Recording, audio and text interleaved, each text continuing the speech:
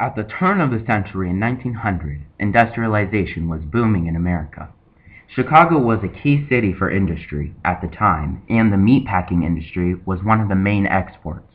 A journalist and muckraker by the name of Upton Sinclair investigated firsthand several meatpacking factories in Chicago. The unsanitary conditions and health code violations were incredible. In 1906, Sinclair published the book The Jungle, describing the horrible conditions of the factories and of the lives of the workers. A quote. He wrote directly from the places to plunge their unwashed hands into the meat. He wrote this regarding the packagers' actions after using the restroom. The American peoples were outraged and disgusted by the meatpacking industry and the mishandling of the nutrition they ate every day. It is the right of American citizens to have the confidence that their food is safe to eat. It is the responsibility of food companies to ensure that their consumers are not poisoned by the foods they produce. Food safety is more important than people may think.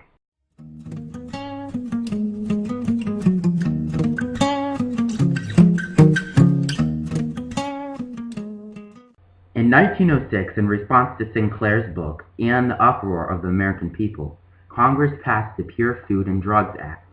This prohibited interstate commerce of misbranded and adulterated foods, drinks, and drugs.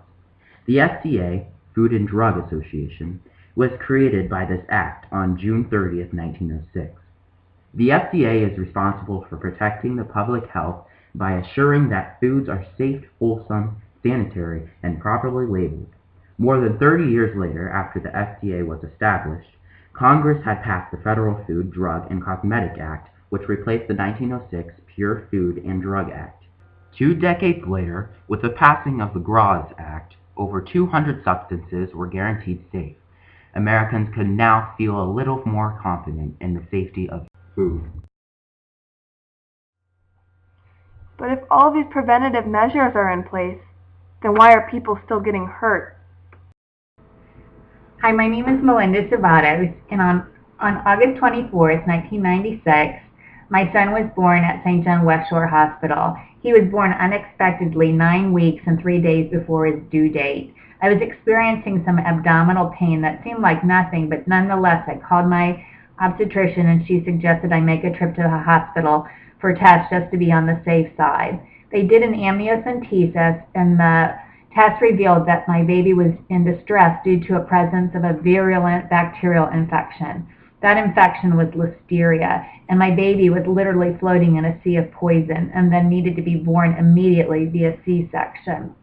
Listeria is the same bacteria responsible for recall of several thousands of Pierre's ice creams.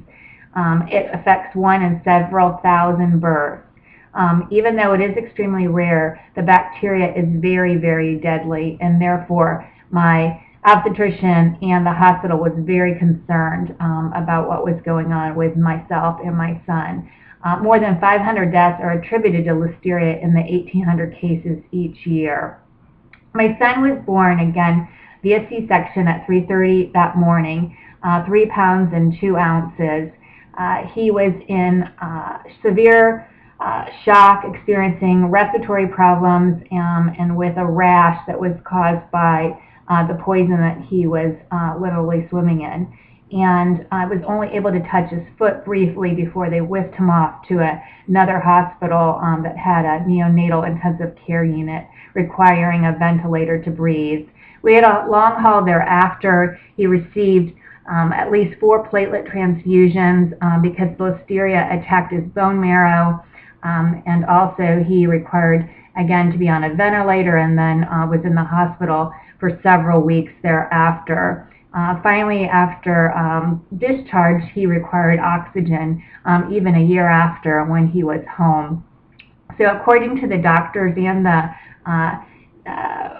the specialists, truly my son is very lucky to be alive.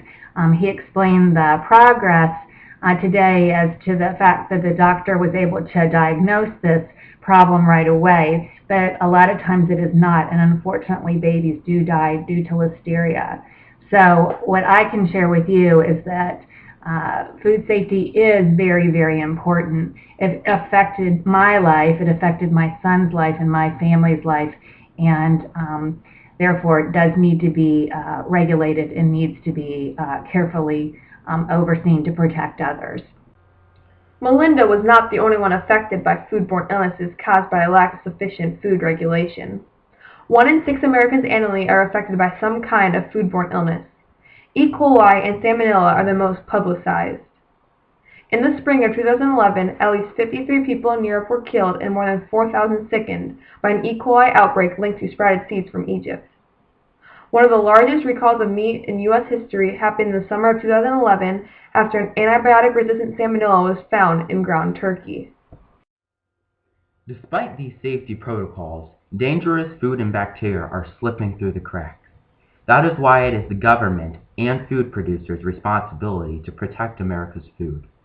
Recently, food and drug safety has been eclipsed by other important stories, and this problem has been arising in Congress for a while now. A representative says that a lot more people are going to have a bellyache and die before things get better, but the government has not been carrying out its responsibility. It is up to the people to stand up for food safety. Food workers should take their responsibility in ensuring that the food they produce is healthy and clean. Consumers should take the steps to properly clean, separate, chill, and cook the food that they buy. With the collaboration of both the producers and the consumers, the right to food safety will be protected.